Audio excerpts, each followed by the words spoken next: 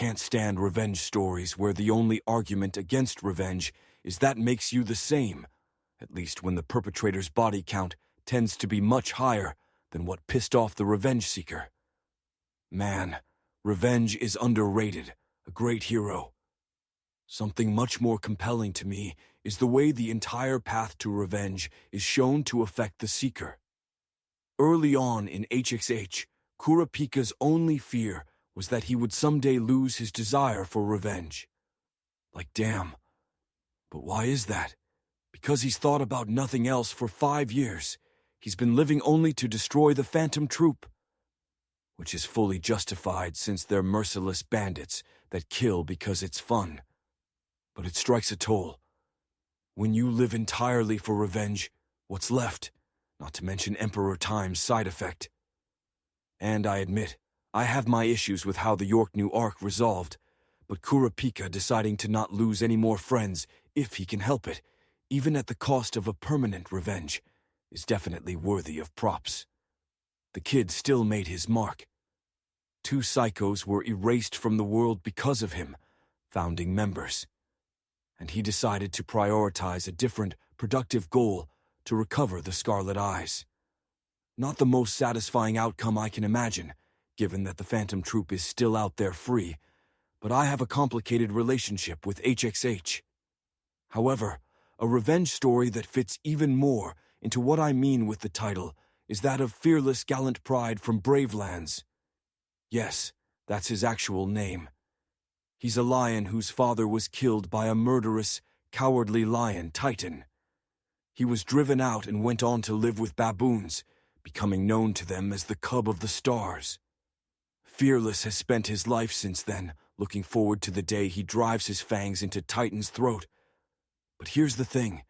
This revenge path has utterly dominated his entire life. He eventually formed his own pride for the sole purpose of manpower. He was harsh on the younger cubs, had a hard time gaining their respect, and hated when they actually feared him a bit instead of respected. It was even stated that he wasn't interested in taking a mate. But throughout this whole thing, he at least had someone there for him. At different times, he had friends, mentors, and his sister.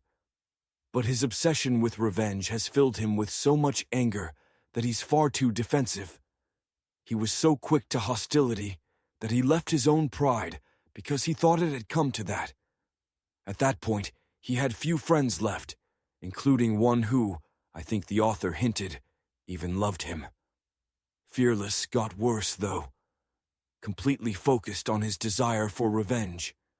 Even if the other characters agree that Titan's a monster that needs to be killed for all their sakes, that doesn't change that Fearless is obsessed, and it's ruining his life. He keeps burning bridges, barely fixes some, and it gets so bad that his closest friend, Keen, had enough and rejoined their former pride. He was done enabling this path. He wishes Fearless luck, but he's not gonna let Fearless's obsession drag him down. When Fearless finally faces Titan, he has the support of those he cares about, because it's revenge, yes, but also justice and survival. Still, that doesn't change what's happened. He's been through hell, sometimes through his own fault, squandering potential opportunities he still could have had, but the moment he's dreamed about is here. And he dies from his wounds, but not before he turned Titan into a corpse. He got what he wanted, but he paid for obsessing over it. And yet, his remains were taken to a sacred graveyard, and he will be remembered as a hero. I really like Fearless's story because it showed both sides of going down such a path. Would Fearless have been wrong to prepare to kill Titan someday? Hell no. He had to be dealt with. But Fearless let it dominate his life to the point where he mostly squandered it before he achieved this goal. But he achieved it, and in the process, saved his home from a monster. So, he gets to be remembered as a hero.